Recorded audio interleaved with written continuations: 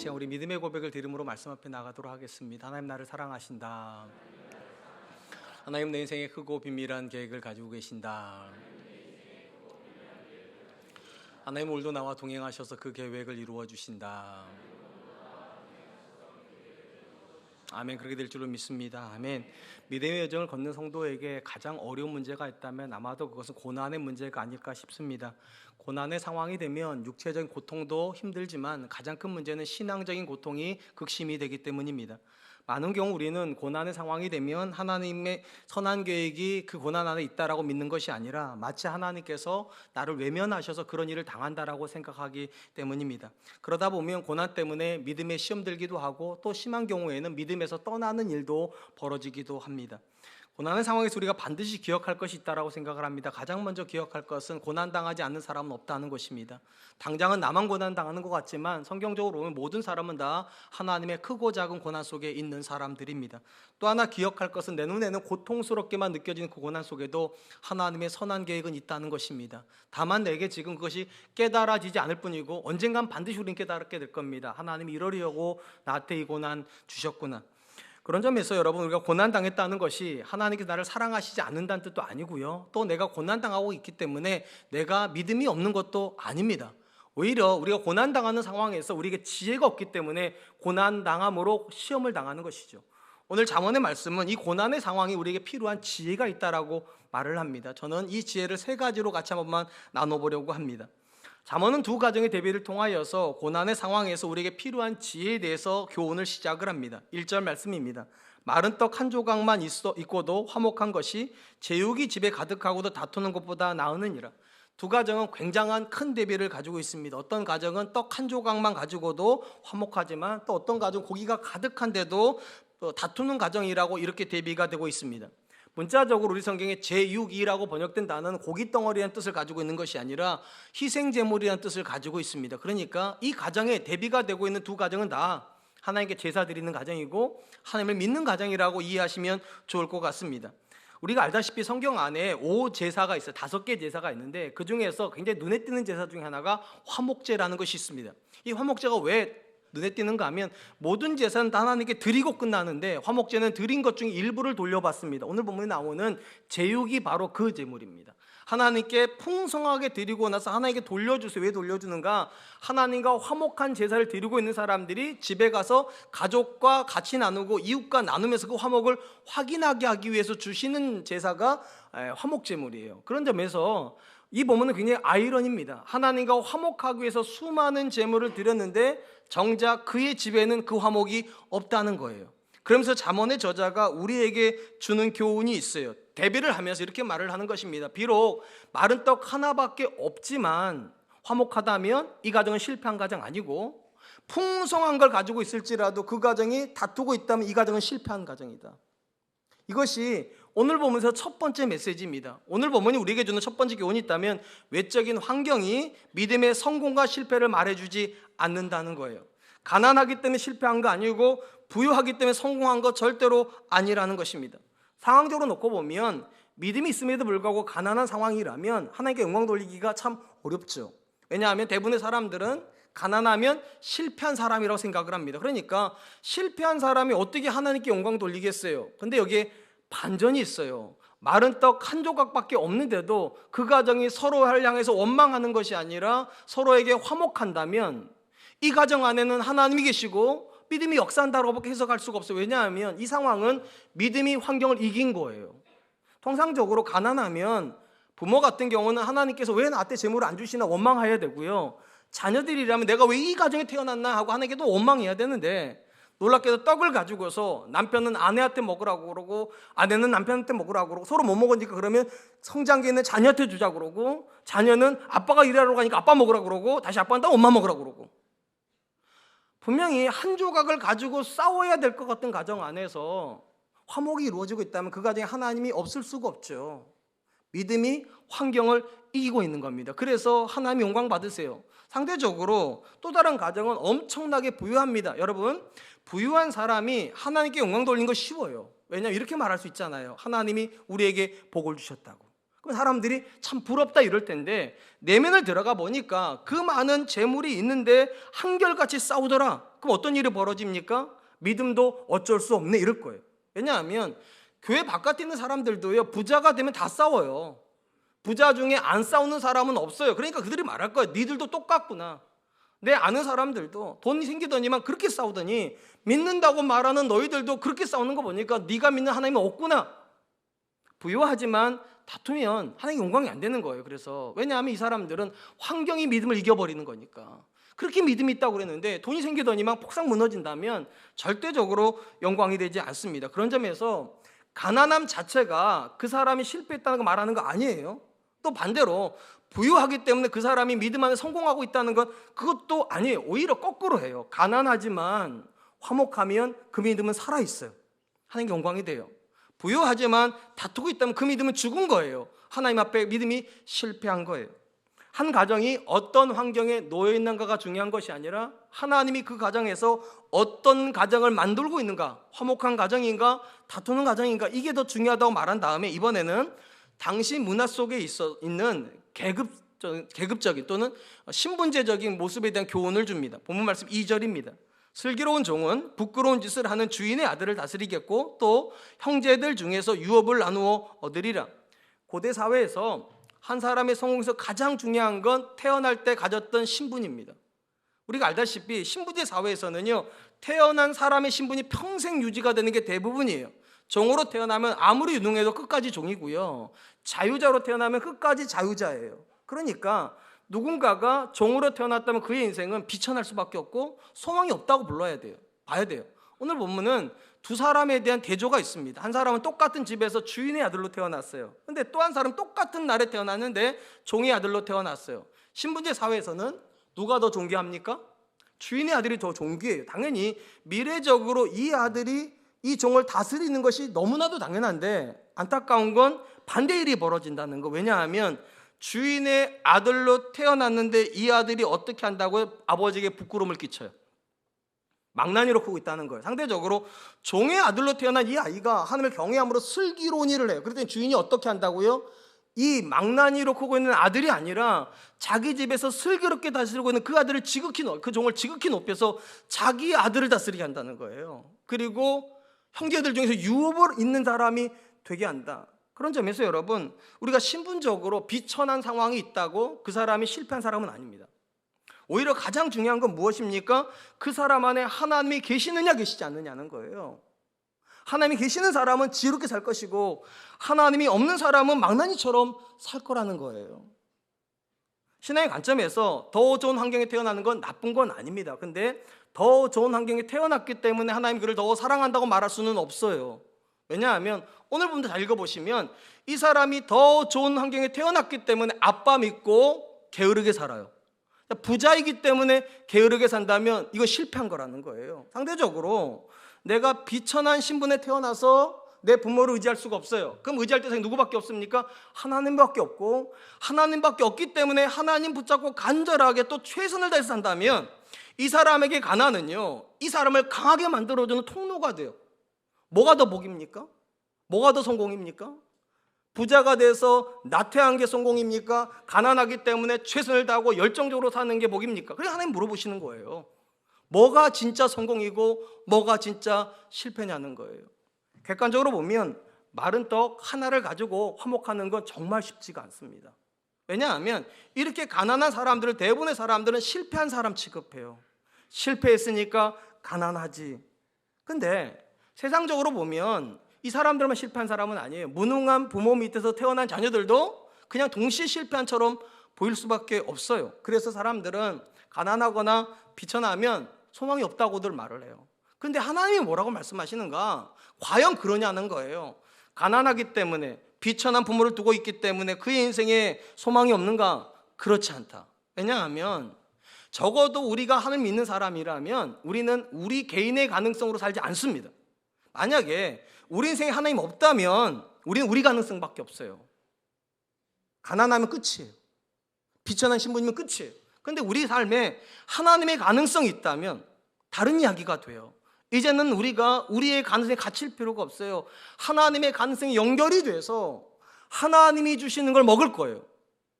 믿으시면 아멘. 하나님이 일하시는 걸 통해서 길이 열린 걸 경험할 거예요. 아멘. 저는 개인적으로 굉장히 가난한 부모님 밑에 태어났습니다. 어릴 때는 이것이 굉장히 스트레스였고요. 저도 엄청나게 우리 부모님을 원망하고 자랐어요. 근데 어느 날 우리 어머니가 교회를 다니기 시작하셨어요. 새벽 예배를 늘 다니셨어요. 갔다 오면 제 머리에다가 손을 얹고 언제나 이렇게 기도하셨어요. 하나님, 내가 낳은 자녀지만 내 자녀 아닙니다. 하나님의 자녀입니다. 하나님 책임져 주세요. 자기의 가능성으로는 이 아들을 키울 수 없다 싶으니까 누구의 가능성에 붙여놓으셨는가? 하나님의 가능성에 붙여놓으셨어요. 저는 지금도 제가 이 자리에 설 수 있었던 건 제 가능성이라고 생각하지 않아요. 우리 부모님의 가능성도 아니에요. 하나님의 가능성이에요. 그러니까 외적인 환경이 성공일 수도 있고 실패로 보일 수는 있어요. 근데 성경적으로는요, 우리 안에 하나님이 계시면 성공이고요, 우리 안에 하나님이 안 계시면 실패입니다. 우리 삶에서 하나님의 공급을 믿을 수 있다면 성공인 거고요, 하나님의 공급을 믿을 수 없다면 실패예요. 내 삶에서 나만 일하고 있으면 실패고요, 내 삶에서 하나님이 일하고 계시다면 성공이라는 거예요. 외적인 환경이 우리를 말해주지 않습니다. 진짜 중요한 건 가난하지만 하나님 때문에 화목할 수 있는 게 믿음의 기적이에요. 비천하지만 하나님의 일하심을 믿고 오늘도 최선을 다한다면 그건 믿음의 성공일 수밖에 없다는 것입니다. 사랑하는 성도 여러분, 키에르케고르라고 하는 철학자가 죽음에 이르는 병이라고 하는 개념을 만들었어요. 한 사람이 죽음에 이르는 병에 걸린다는 거예요. 어떤 병에 걸리면 죽음에 이를까요? 이 철학자 이렇게 말했습니다. 절망이라는 병에 걸리면 죽음에 들어간다는 거예요. 가난해도 안 죽을 수 있어요. 부자여도 죽을 수 있어요. 그리고요, 반대로 유능해도 죽을 수 있고요, 무능해도 안 죽을 수 있어요. 어떤 병만 안 걸리면, 절망이란 병만 안 걸리면 어떤 사람도 안 죽는다는 거예요. 근데 일반적으로 사람들이 쉽게 절망을 해요. 주로 어떤 사람들이요? 고난이라고 느껴진 상황 안에 들어가 있는 사람들이에요. 본문으로 말하면 가난한 집에 태어난 사람이겠죠. 본문으로 말하면 비천한 아버지를 두고 있는 종이겠죠. 이들에게 과연 소망이 있을까요? 이들에게 과연 미래가 있을까요? 그러니까 이들은 매일의 삶 속에서 끝도 없이 비관합니다. 내가 왜 이딴 집에서 태어나야 되는가? 내가 왜 이런 부모 밑에 태어나? 이런 끝도 없이 비관하다가 이 비관이 쌓이고 쌓이면 절망합니다. 그리고 죽습니다. 근데 똑같은 상황이 있는데 누군가는 하나님을 믿습니다. 그리고 하나님의 가능성에다가 소망을 둡니다. 그리고 그가 확신합니다. 하나님이 먹이실 거다. 아멘. 하나님이 일하실 거다. 아멘. 그리고 어느 날 그가 깨닫게 됩니다. 하나님이 내 삶에서 공급자셨다고, 하나님이 내 삶의 인도자셨다고. 그리고 그들은 성공하게 될 겁니다. 그런 점에서 기억하세요. 가난하다는 게, 비천하다는 게 반드시 실패는 아닙니다. 오히려 가난하기 때문에 하나님을 만날 가능성이 더 커요. 비천하기 때문에 하나님의 가능성을 경험할 확률이 더 높아요. 그래서 비천한 사람이 성공할 수도 있어요. 근데 거꾸로도 마찬가지예요. 부유하기 때문에 하나님께 관심 없을 수 있어요. 늘 풍성하기 때문에, 늘 유능하기 때문에 게으르게 살 수도 있어요. 그럼 이 사람에게는요, 하나님 없어요. 실패예요. 무엇을 여러분들은 성공이라 생각하실 것이고 무엇을 실패라고 생각하시겠습니까? 믿을 수 있으면 성공입니다. 믿지 못하면 실패입니다. 전 저와 여러분들이 하나님 공급과 하나님 일하심을 믿을 수 있기를 축복합니다. 한편 잠언은 하나님께서 한 사람의 인생을 바른 방향으로 인도하시기 위해 사시는 일에 대해서 이렇게 교훈을 합니다. 3절입니다. 도가니는 은을, 풀무는 금을 연단하거니와 여호와는 마음을 연단하시느니라. 도가니와 풀무는 다 금속을 재련하기 위해서 만드는 재련 설비입니다. 우리가 어떤 광석을 캐게 되면 모든 광석은 다 불순물과 원석이 같이 들어가 있기 때문에 뜨거운 불 속에서 재련을 해가지고 순금을 꺼내고 순은을 꺼내죠. 이건 다 마찬가지입니다. 근데 하나님께서 한 사람을 향하여서도 그렇게 하신다는 거예요. 우리의 마음을 깨끗하게 하시려고, 우리 생각을 깨끗하게 하시려고 고난이라고 하는 재련의 과정을 거치신다. 그러니까 하나님께서 그냥 고난 주시는 거 아니고 그냥 비천하게 만드시는 게 아니라는 거예요. 깨끗하게 하시려고.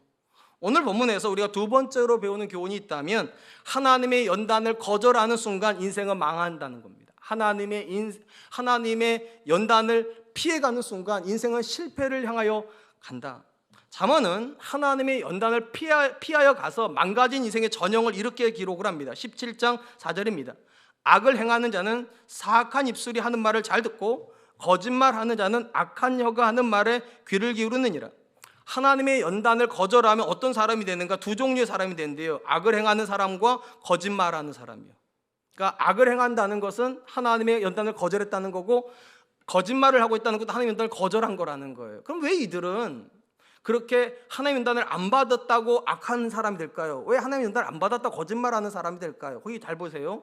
악을 행하는 사람은 태생적으로 악한 사람을 말하는 게 아니에요. 이 사람은 어떤 사람인가? 사악한 입술이 하는 말을 잘 듣는 사람이에요. 그러니까 이 귀에 자꾸만 나쁜 소리가 들리면 나쁜 소리 연단을 받게 되고, 나쁜 소리 연단을 받으면 어떤 일밖에 못한다? 나쁜 일밖에 못한다. 하나님의 소리를 계속 듣고 있는 사람은 하나님의 일을 하는데, 나쁜 소리를 계속 듣고 있으면 이 사람이 나쁜 사람이 아닌데도 나쁜 일을 하게 된다. 또 어떤 사람이 거짓말하는 사람이 됩니까? 악한 혀가 하는 말에 귀를 기르고 있는 사람이에요. 이 악한 혀라는 말은요, 중상하는 혀예요. 비방하는 혀. 그러니까 누군가가 비천한 신분에 있는데 자기처럼 비천한 사람들이 와요. 그러면 이 사람들 신세 한탄을 하겠죠. 또 저만 그래요? 아니잖아요. 우리는 비천해지면 신세 한탄을 해요. 신세 한탄할 때 가장 많이 나오는 게 뭡니까? 다른 사람 흉보는 거예요. 저 사람 누구 밟고 올라갔대. 저 사람 자기 친구 배신하고 저렇게 부자 됐대. 이런 식으로 있지도 않은 이야기들 막 하게 돼요. 그럼 이 사람은 원래 그렇게 사람이 아닌데 그런 소리를 계속 듣다 보면 비방하는 소리에 연단을 받아요. 그럼 이 사람도 마치 그것이 사실인 것처럼 누군가에게 말하게 돼. 이게 거짓말이 되는 거예요. 그러니까 결국은 내가 어떤 소리를 듣고 있는가가 나를 연단시키고 그게 내가 된다는 거예요. 문맥적으로 놓고 보면 누군가가 가난해요. 그럼 이 가난한데 나는 그거를 가난이 나쁘다고 생각하지 않는데 어느 순간부터 가난하는 게 나쁘다고 느껴졌어요. 왜냐하면 해줄 수 있는 게 없잖아요. 자녀한테요. 나쁜 거라 생각이 되니까 그때부터 가난은 나쁜 거라고 말하는 소리가 계속 들린다는 거예요. 그래서 뭐라고 말하는가? 네가 가난한 게 실패한 거야. 네 인격이 잘못됐다는 게 아니라 네가 가난한 것 자체가 실패한 거니까 어떻게 해야 돼? 수단과 방법을 가리지 말고 돈 벌어. 개처럼 벌면 돼. 그리고 정승처럼 쓰면 돼. 그런 소리를 계속 듣다 보면 가난이 잘못인 것처럼 느껴져요. 그리고 그때부터 물불 안 가리고 돈 벌기 시작해요. 망가진다는 거예요. 내가 비천해요. 얼마든지 이 비천한 상황을 하나님이 연단으로 받아들일 수 있어요. 비천하니까 더 하늘 간절히 붙잡아야지 이럴 수 있는데 이 비천한 신분에 대해서 좌절을 경험하잖아요. 그러면 똑같은 좌절을 경험한 사람들이 몰려온다는 거예요. 그리고 뭔 소리를 들려주는가? 계속적으로 다른 사람 욕하는 거 들려준다는 거예요. 그럼 어떻게 하는가? 올라간 사람 무조건 끄집어내려. 네가 그 자리에 올라가면 돼. 욕을 하든 비방을 하든 없는 죄를 뒤집어 씌우든 네가 그렇게 해서 그 자리에 올라가면 돼. 결과적으로요, 내가 지금의 이 상황에 대해서 어떻게 받아들이냐에 따라서 그런 소리가 계속 들립니다. 하나님의 연단이라고 받아들이면 하나님의 소리가 계속 들려요. 근데 이것이 마치 잘못된 것인 것처럼, 이것이 마치 나쁜 것처럼 생각하면 나쁜 소리가 계속 나를 연단하게 될 거라는 겁니다. 성도가 가난하고 싶은 사람 아무도 없어요. 그런데 어쩔 수 없이 가난하게 되는 분들이 계세요. 비천하고 싶은 사람 아무도 없어요. 그런데 어쩔 수 없이 비천한 상황에 들어가기도 해요. 이때 가장 조심해야 될 것이 무엇인가? 그 상황을 나쁘게 생각하려고 하는 마음이 이 마음에서 스물스물 올라온다는 거예요. 가난은 나쁜 거야. 무능한 건 나쁜 거야. 이렇게 말하려고 하는 생각들이 내 안에서 계속 올라온다는 거예요. 분명히 객관적으로 가난한 건 좋은 거 아니죠. 고개를 몇 명밖에 안 끌어들이면 제가 축복해 드릴까요? 가난하라고? 다시요. 객관적으로 가난한 건 좋은 거 아니죠. 그럼 논리적으로 좋은 게 아니면 어떤 겁니까? 나쁜 거라 생각을 우리는요. 좋은 거가 아니면 나쁜 거다. 이렇게 쉽게 생각을 하고 나쁜 거라고 생각하는 순간부터 악한 소리가 계속 들려요. 하나님 널 사랑했다면 너한테 이렇게 가난하게 하시겠냐고. 하나님 너를 위해서 선한 계획을 가지고 있다면 이게 어떻게 선한 거냐고. 이렇게 말하는 소리가 계속 들릴 거라고요. 근데 반드시 기억하세요. 논리적으로는 좋은 거의 반대가 나쁜 거지만 신앙적으로는요, 좋은 거의 반대가 나쁜 건 아니에요. 객관적으로는 분명히 나쁜 건데 내게 필요한 것이 있어요. 자, 그러면 내게 필요한 건 나쁜 겁니까? 그렇게 말하기 어려워요. 자, 요셉이 애굽의 종으로 팔려가요. 좋은 거예요? 좋은 거라면 제가 팔아드릴 테니까. 좋은 게 아니잖아요. 그럼 나쁜 거예요? 아니죠. 왜냐하면 안 팔려가서 애굽의 종에서 감옥으로 내려가고 그 다음에 총리가 못 돼요. 그러니까 분명히 나쁜 건데 필요한 거예요. 그럼 필요한 거면 나쁜 거예요? 아니죠. 이제 굉장히 복잡해져요. 신앙은요, 단순하지 않아요. 비신앙은 단순해요. 좋은 거 나쁜 건데 믿음은 좋은 거가 나쁜 사이에 필요한 게 있다는 거예요. 이걸 우리 보면은 연단이라고 부르는 거예요. 하나님께서 나를 연단하기 위해서 때로는 가난을 쓰시고 나를 때로는 비천하게 만드셔서 그 과정을 통해서 내 마음을 재련하신다. 내 생각을 재련하신다. 그리고 나면 깨닫게 된다는 거예요. 나쁜 게 아니었구나. 이게 나쁜 게 아니었구나. 모든 믿음의 사람들은 공통점이 있어요. 그들은 다 하나님의 연단을 경험한 사람들이라는 겁니다. 우리로 보면 그들은 고통당하는 사람들이었어요. 그런데 참 신기하게 그들은 고통을 나쁜 거라고 여기지 않습니다. 필요한 거라고 여기죠. 그래서 고난의 상황인데도 그들은 끊임없이 믿음을 고백합니다. 절망의 상황인데도 그들은 끊임없이 시를 만들어요. 그게 시편이 되잖아요. 그런 점에서 여러분, 나쁜 것과 좋은 거에 대한 개념을 바꾸셔야 돼요. 좋은 거의 반대말이 나쁜 거라 아무리 말해도 우리 이렇게 말해야 돼요. 나쁜 건 없다. 하나님이 필요해서 내게 주신 거다. 믿으시면 아멘. 욥기는요, 이런 부분에서 우리에게 굉장히 많은 도전을 줘요. 하루아침에 욥은요, 모든 자녀, 모든 재산을 다 잃었어요. 근데 엄밀히 말하면 욥만 잃은 건 아니죠. 욥의 아내도 같이 그 모든 걸 잃었어요. 덤으로 욥은 자기 아내는 건강하지만 욥은 건강까지 잃어버렸어요. 그러면 누가 더 객관적으로 원망이 더 많아야 됩니까? 누가? 욥이 더 많아야 되죠. 욥이요. 근데 참 신기하게 여자들은 안 그런 것 같아요. 제가 집에 가서 교회 일 힘들잖아요. 집에 가서 욥은 너무 힘들어. 그러면 제 아내 뭐라는 줄 아세요? 당신만 힘들어? 나도 힘들어. 이래요. 그럼 제가 미안해 이래요. 욥의 가정도 그런 것 같아요. 욥이 막 아파 죽겠는데 아내가 더 하나님께 원망을 해요. 더 원망해. 욥이 원망을 해야 되는데 욥은 원망 안 해요. 그러니까 아내가 욥이 원망 안 하는 모습을 보고 화딱지가 나는 거죠. 여러분, 화낼 때 옆에서 같이 화내줘야 재밌잖아요. 힘이 나잖아요. 더 힘내서 화낼 수 있잖아요. 원망할 때 나 혼자 원망하면 힘이 없어요. 근데 같이 원망을 해줘야 더 힘차게 원망을 할 텐데 욥이 원망을 안 해요. 그러니까 이 욥의 아내가 누가 화가 나는가? 욥이 너무 화가 나는 거예요. 욥을 보고서. 그래서 욥기에 보면 이렇게 말을 해요. 욥기 2장 9절. 그의 아내가 그에게 이르되 당신이 그래도 자기의 온전함을 굳게 지키겠느냐? 하나님을 욕하고 죽으라. 객관적으로 보면 욥은요 지금 나쁜 거 받고 있는 거예요. 하나님께서 당신을 저주했기 때문에 이 모든 게 너한테 온 거 아니냐? 하나님 널 사랑하지 않는다. 그러면 너가 왜 이러냐? 너도 하나님께 마음껏 욕 좀 하라고. 화 좀 내라고. 하나님 틀렸다고 말 좀 하라고. 근데 욥은 이상하게 그 고난을 다르게 해서 그래요. 고난이 나쁜 건 아니다. 참 말도 안 되는 거예요, 사실은요. 근데 욥은 고난을 나쁘다고 말한 적이 없어요.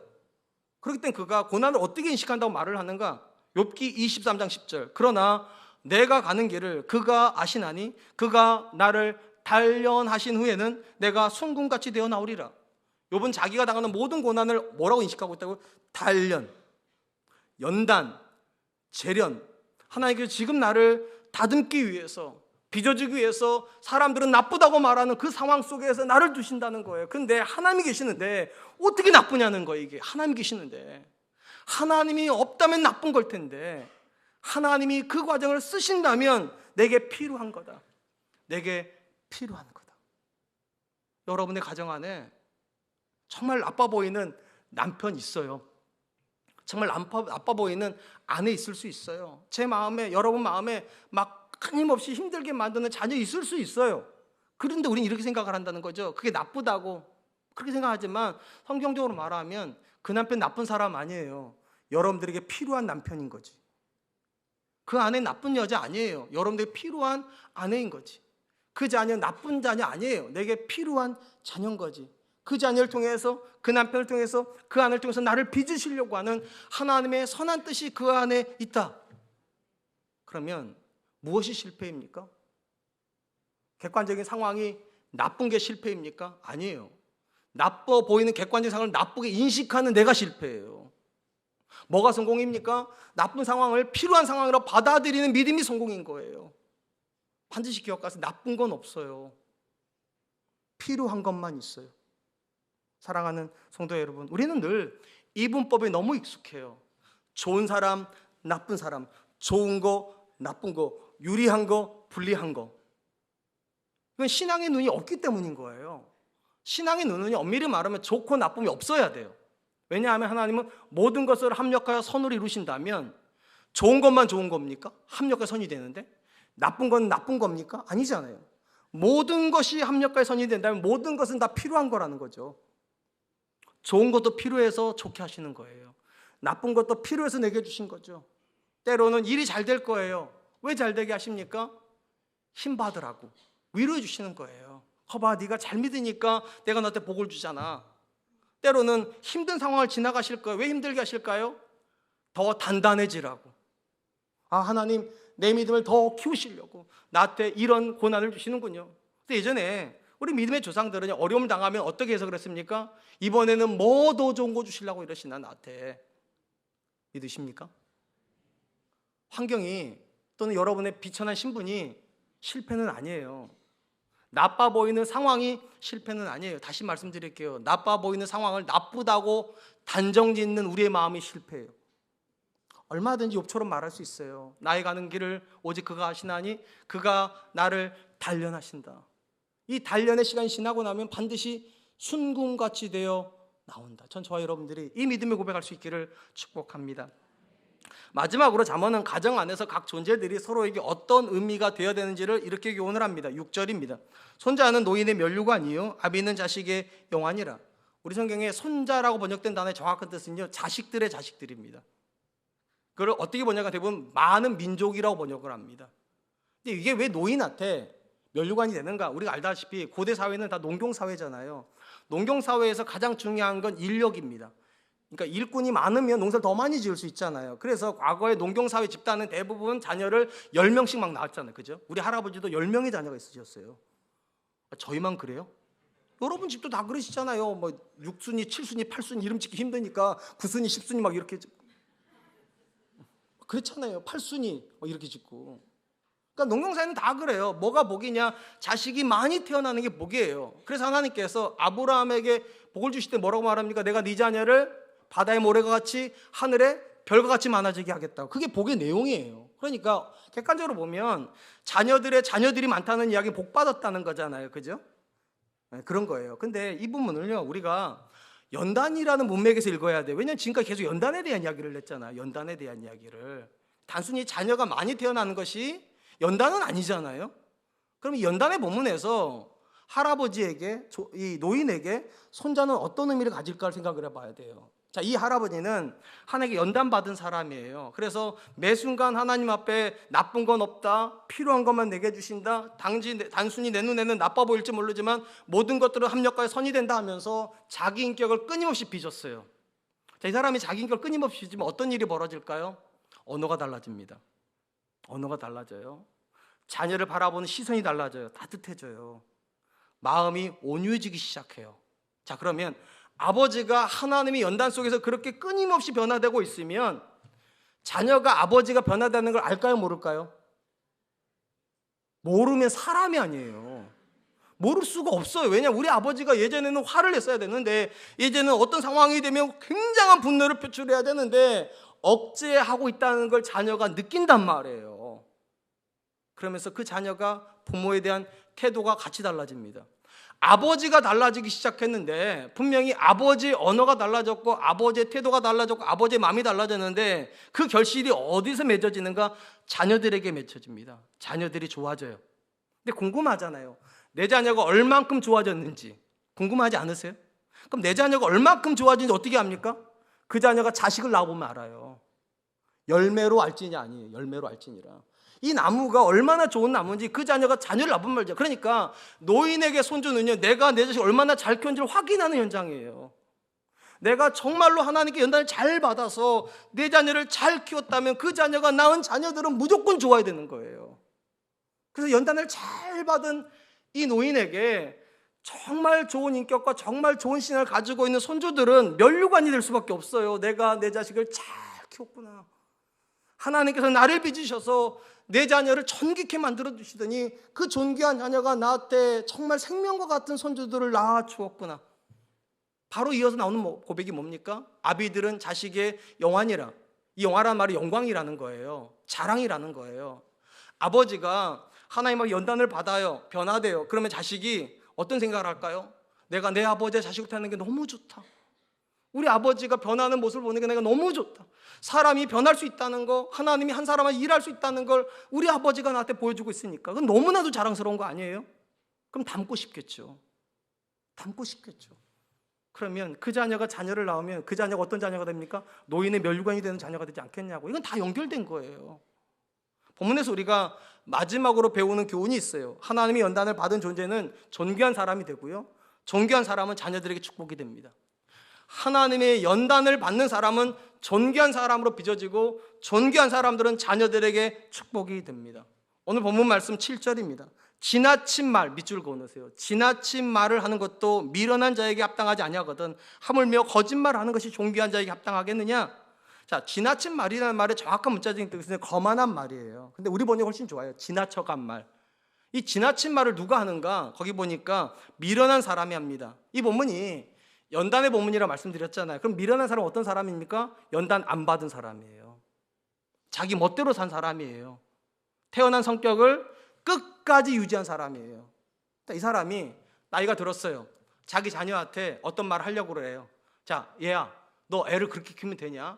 너 부부생활을 그렇게 하면 되냐? 근데 아이가 뭐라고 말합니까? 아빠는 그런 말 자격 없잖아. 아빠가 언제 나한테 그렇게 말한 적 있어? 아빠가 엄마한테 언제 그렇게 한 적 있어? 아빠도 안 해놓고서는 나한테 이래라 저래라 하지 마. 이게 지나친 말이라는 거예요. 젊을 때는 힘이 있으니까 자기 마음대로 말을 했단 말이에요. 근데 어느 순간 되니까 아들이 더 힘이 세지고 딸이 더 힘이 세져요. 권력도 더 많이 가지고 있어요. 근데 그 자녀한테 이래라 저래라 말할 수가 없다는 거예요. 왜냐? 연단 안 받았으니까.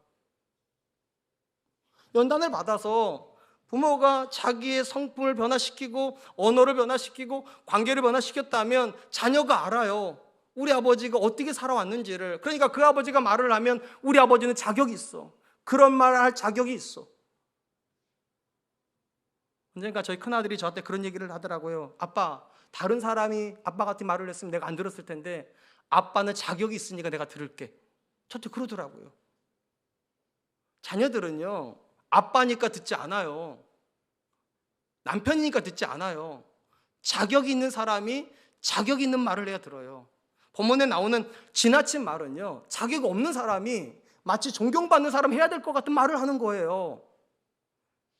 그런 말 못한다는 거예요. 당연히 누군가에게 존경받는 아빠가 되고 싶다면 거짓말을 어떻게 합당하겠냐는 거예요. 어떻게 거짓말하고 사냐는 거예요. 어떻게 다른 사람 비방하고 사냐는 거예요. 존경받는 게 목표인데 인생에. 잠언의 저자가 하나님의 연단을 받아 존귀한 사람이 돼야 된다고 말하는 이유가 있어요. 한 사람의 인생이 한 사람은 끝나지 않기 때문이에요. 그냥 내 인생 하나 망가지는 걸로 끝난다면 막 살아도 되죠. 근데 내가 망가지면 내 자녀가 망가지고 내 자녀가 망가지면 내 손주가 망가져요. 그러니까 한 사람 안에 3대가 들어가 있어요. 3대가요. 나 하나 망가지는 거, 내 언어 하나 망가지고 내 마음 하나 망가지면 그냥 끝나면 얼마나 좋아요. 근데 내가 막말하고 살았더니만 내 아들도 막말해요. 아니, 우리 집이 그렇다는 얘기 아니에요. 절대로 아니에요. 우리는 정말 저 순화된 언어를 해요. 근데 내 아이가 망가지는 끝나죠. 내 손주도 막말을 하네.